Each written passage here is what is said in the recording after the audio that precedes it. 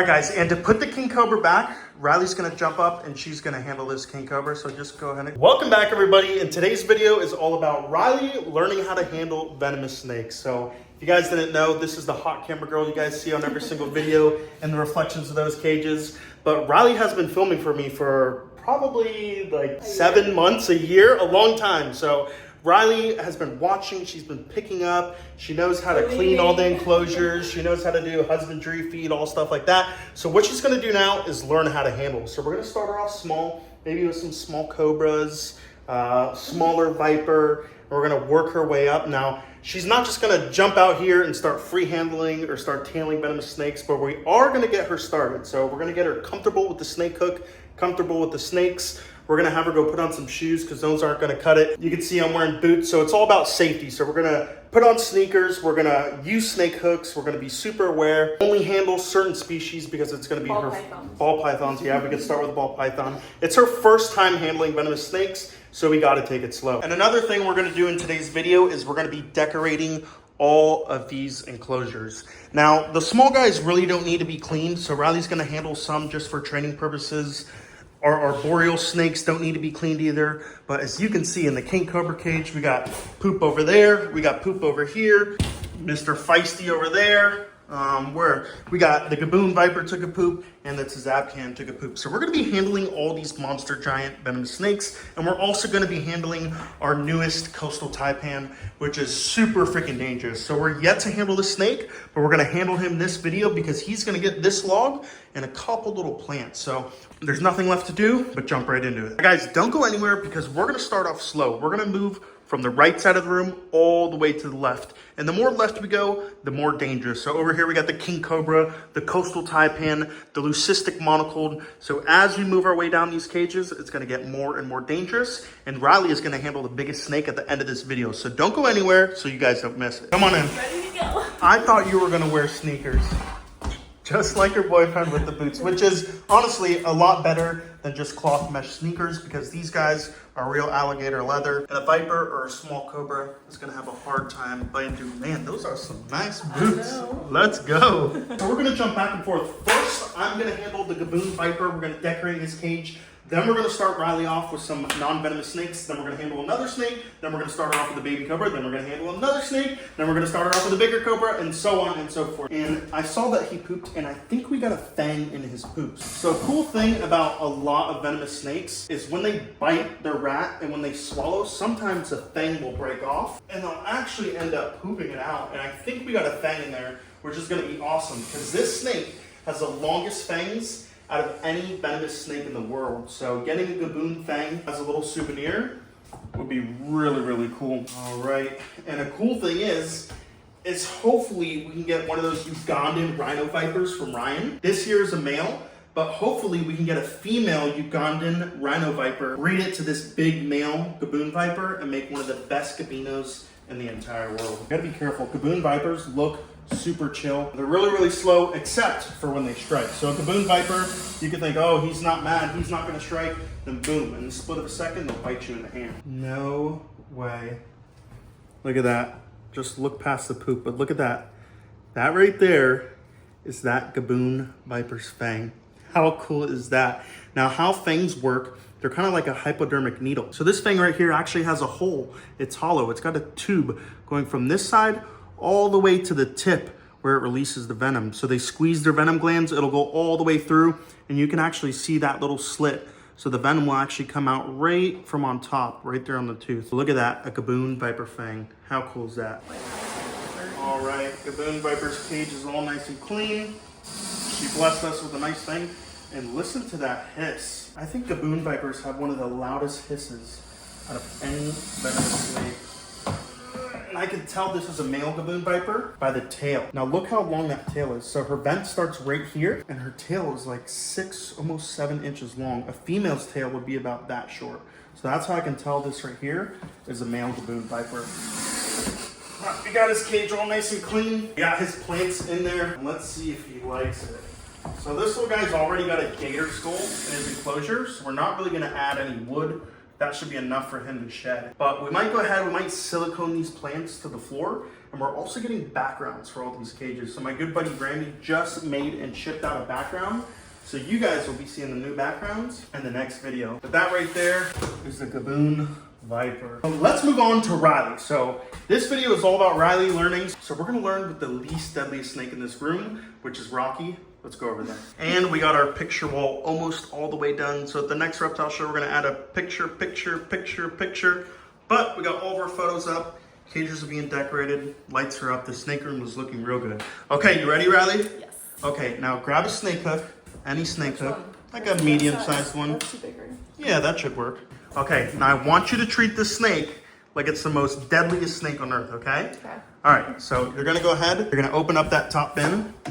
Look at you, well done, well done. So if you guys ever handle venomous snakes, the #1 rule is never open the tub with your bare hands. Now you can see Rylee's been paying attention, so she's been watching. All right, so you have the tub open. What are you gonna do next? Because remember, the next snake we're gonna handle is gonna be a cobra. So you gotta be on point. Okay, so next I move the hide. Yep, so use the snake hook, move that hide. And since Rylee is not gonna be tailing any venomous snakes in this video or free handling, she's gonna have to learn how to use 2 hooks. So now I want you to hook the snake on his first third. So if you divide him into 3s. So it's like right here. Yep, his first third would be about right there, his second coil. It's whatever you feel more comfortable with. Pull him, pull him, pull him, pull him. Then his second third is where you're gonna hook him. You are not handling the Tazab can. Look at this. People are like, who's this girl handling a ball python with 2 hooks? There you go. So now he's balanced out perfect. Now hold him up just a tad. This snake is heavy. He is not heavy. Come on. All right, good thing we're starting with really small venomous snakes. Focus. What you never want to do is lift the snake hooks up, because a venomous snake like a cobra is gonna slip. So if you lift them too far up, they're gonna fall down the hook right into that beautiful face. Good snake hooking skills. I think you need to work on your muscles, but that's okay.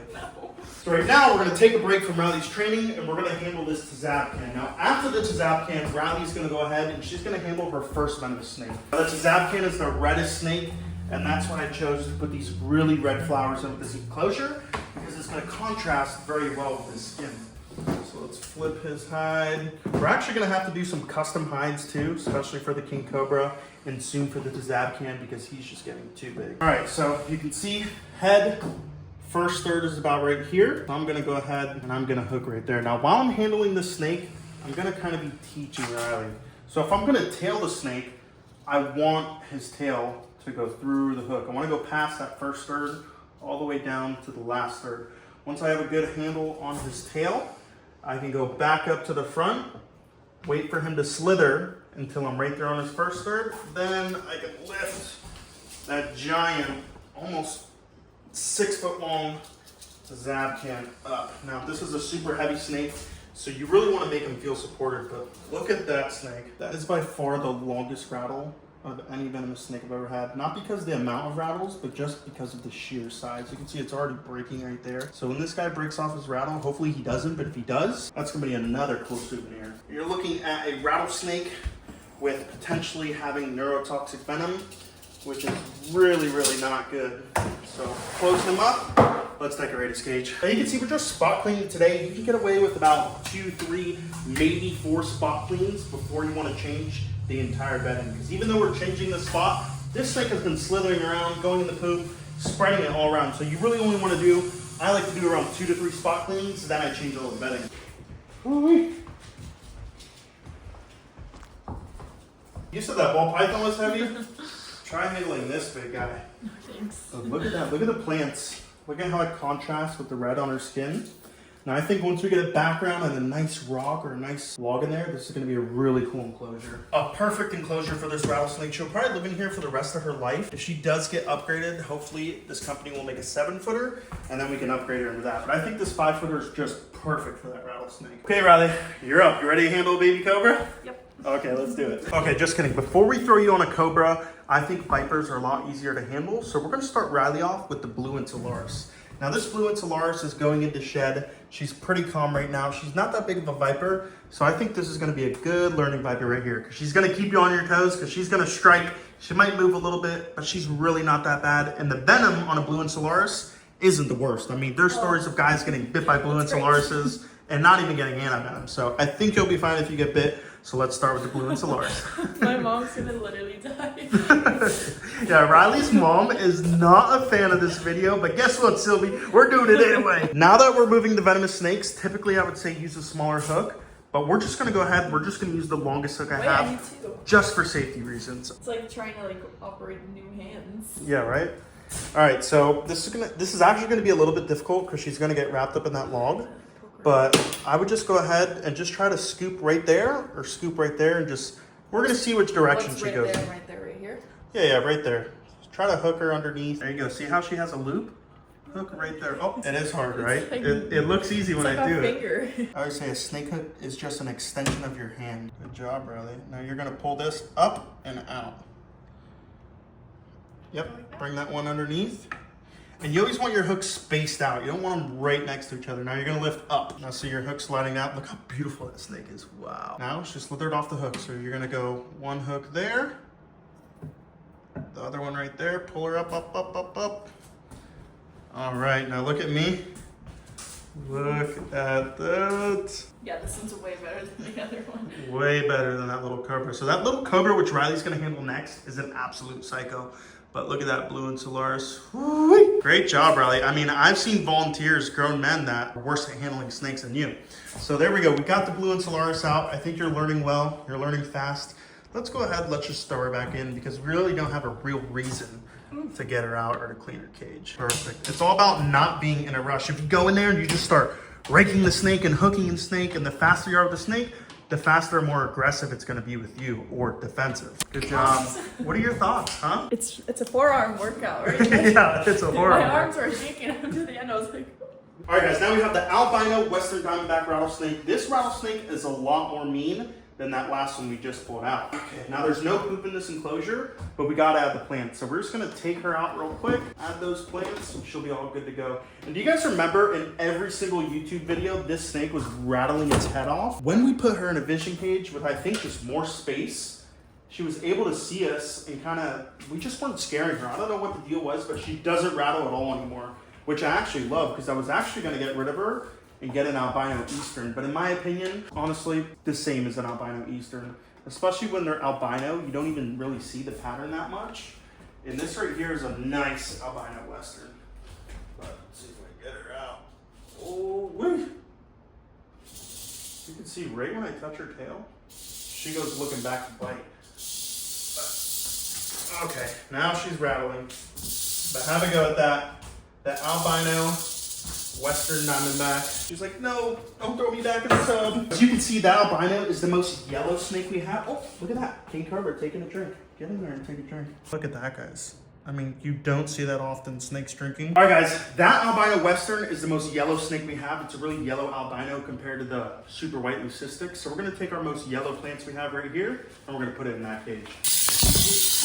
Okay, we put the western diamondback back, but look at this. When she struck, she flung probably about 1.5 drops, 2 drops of venom. Now that little drop of venom right there is enough to kill you, especially if you have allergic reaction. Now, if I have any cuts on my hands and that slips into it, that can envenomate me. So we want to make sure we wipe up that venom. That way it doesn't dry, crystallize, aromatize, get into the room, and we develop an allergic reaction like Ryan. So we're going to go ahead, we're going to clean this, and Rylee is going to handle that baby Cobra. Get off your phone. Quit researching how to handle venomous snakes. Are you ready? fine. Yes. Okay, you ready? Yes. Are you a venom girl? Yes. Okay, let's go.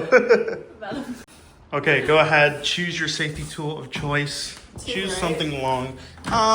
Yeah, you can use 2. You'll probably only need 1. See, that's a really good hook right here that has a really deep feed. So the snakes can't escape out of that super deep feed. This is a really good hook. You can use that. Yep, go ahead. Just wipe it on my pants. That's fine. And another long one. Doesn't matter which one. Yep, sure. You can rub that on my pants again. Cool. No problem. This is what I want you to do, especially this bin. Never open that bin with your bare hands. So you're going to put a hook here, hook there. You're going to open up that baby monocled Cobra enclosure. And I want you to put her right here. So we're going to have that open, ready to go. That's a little soaking container. Yeah, super slow. And that's about 3.5, 4 feet of safety. Now, if it drops to the floor, don't worry, because you got the boots. No, don't run. Let's go get that baby monocled Cobra out. Now, he's got a little stuck eye cap, so we want to give him a little soak. You can see right there, he's got a little stuck eye cap. So Riley's going to get him out, She's gonna put him in the soaking bin, and we'll just try to get him some humidity. Now this snake has a lot of problems shedding. I don't know why. As best as you can, try to get that baby monocled cobra out and into that bin. So with a cobra, they're so fast. Anywhere just to get them out. Look at that, and that's a dangerous cobra. That cobra likes to strike with its mouth open. Now typically, they'll do like a mock strike. They'll strike with their mouth closed.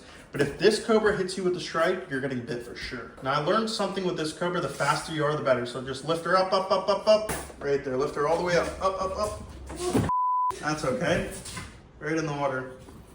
Now it's always better to just go ahead and drop a snake before it bites you. So your life is way more important than that little monocled cobra. So that's okay. It actually dropped right in the tub. That snake is not going to be harmed from that fall. These little guys fall out of trees. Birds pick them up, drop them on the floor. He's going to be absolutely fine. I think you did a good job. That was good. That was good. Because that honestly is a really hard cobra to handle. I would say that leucistic monocled is probably easier than that little baby. Enclosure's all clean. Time to put him back. Woo! There you go. Yeah, hook him right under there. That's okay. I'm scared he's gonna like fall off again. You're okay. Just take your time. Handling venomous snakes is all about being confident, but also being patient. Right there. Now lift him right up, right into the bin.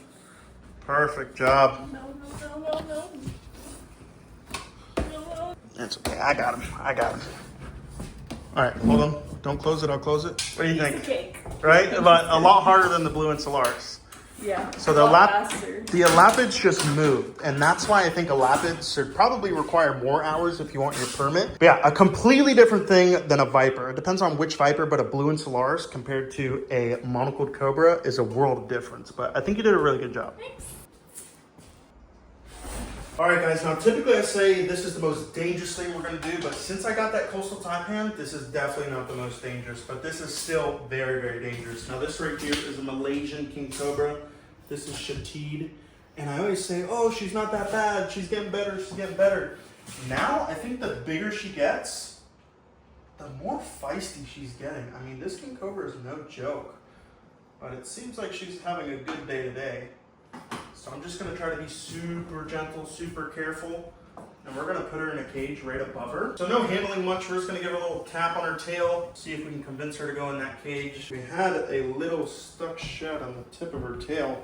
Now the reason why stuck shed on the tip of the tail is so bad is because it can actually cut off the blood flow to the snake. So that's why I was so concerned about that shed on the tip of her tail. But we got it all off. So Shatid is all ready to go. That was almost easy. Now we just gotta get her head back in the cage for us today. I'm actually really stoked on the way this cage came out. It came out really, really good. So she's got a nice log in there. There we go, that's what we want. We want her to go the other way, hook her head, so I can grab her tail. She is gonna love this enclosure now. But check out this enclosure. Look how cool that is. Get down low right there. I think we have those, I think they're called monstera plants in there. We have this big, long, beautiful piece of driftwood where it's going to help her shed. And man, I'm really stoked on the way this turned out. And that right there is how you handle a king cobra. But don't go anywhere because we're going to handle the taipan right now. All right, guys, this by far probably the most dangerous thing I have done all year. Now, it's handling this coastal taipan. Even when we unboxed her, we didn't handle her. We just threw the box in there and let her go. But we have to get her out because she did a little bit of poop, or he did a little bit of poop. So we got to get that taipan out. We're going to put him up here. We're going to decorate the cage with a little bit of log, a little bit of plants, and it's going to look really nice. But this snake right here is not going to stay in a 4-foot cage. We're actually going to upgrade him to a 5-foot cage.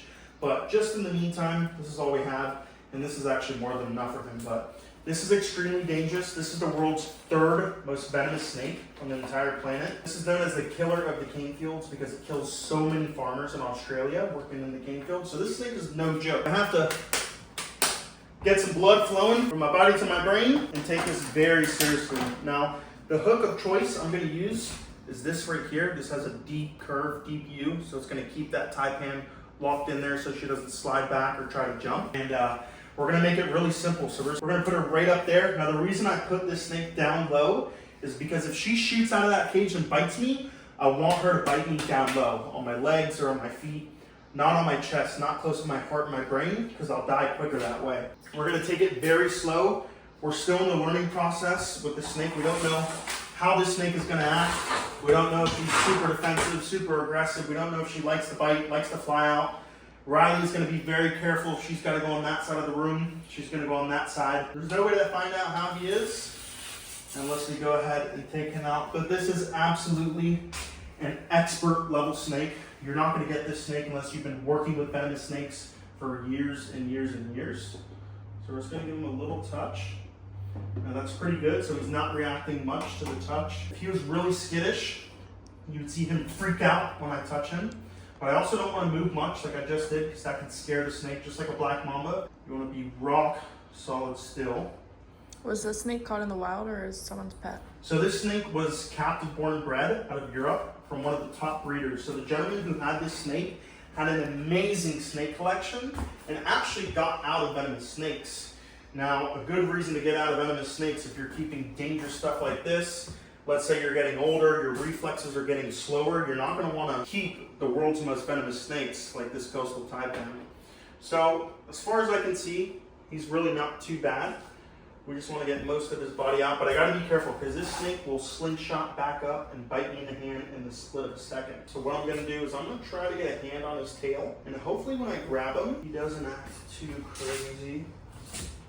But these snakes are lightning fast, so I get a good handle on his tail. See if we can tail him, and look at the colors. I can feel him twitching. See his body twitching like that? Oh my gosh. Feel him twitching. See his body twitching? So that means he's about to freak out. That's a very scary feeling. Look at his body twitching, that coastal taipan. That means he's ready to go. He's ready to slingshot out. And look at the colors on his belly. Super beautiful. But very nerve-wracking. But this feeling I'm getting right now is a feeling I love to get. This is the feeling that makes me want to live. Keep crocodiles, keep the world's most venomous snakes, because this is what makes you feel alive. Is feelings like this when you're handling the world's most venomous snake. Now, the inland taipan is technically the world's most venomous snake, but right now, this is the world's most venomous snake. The snake you're handling at that time is the world's most venomous snake. This right here is a coastal taipan. Not that bad, a little scary when he started twitching because I knew he was going to freak out, so I got him into the cage quick. But let's go ahead, let's spot clean his enclosure, change his water, add some stuff, and put him back in. All right, come in here, look at this. We got a fresh, clean water, added this nice log, these beautiful orange plants that are going to highlight that orange on that coastal taipan. Let's go ahead, let's get him out, get him in his new enclosure. Woo-wee.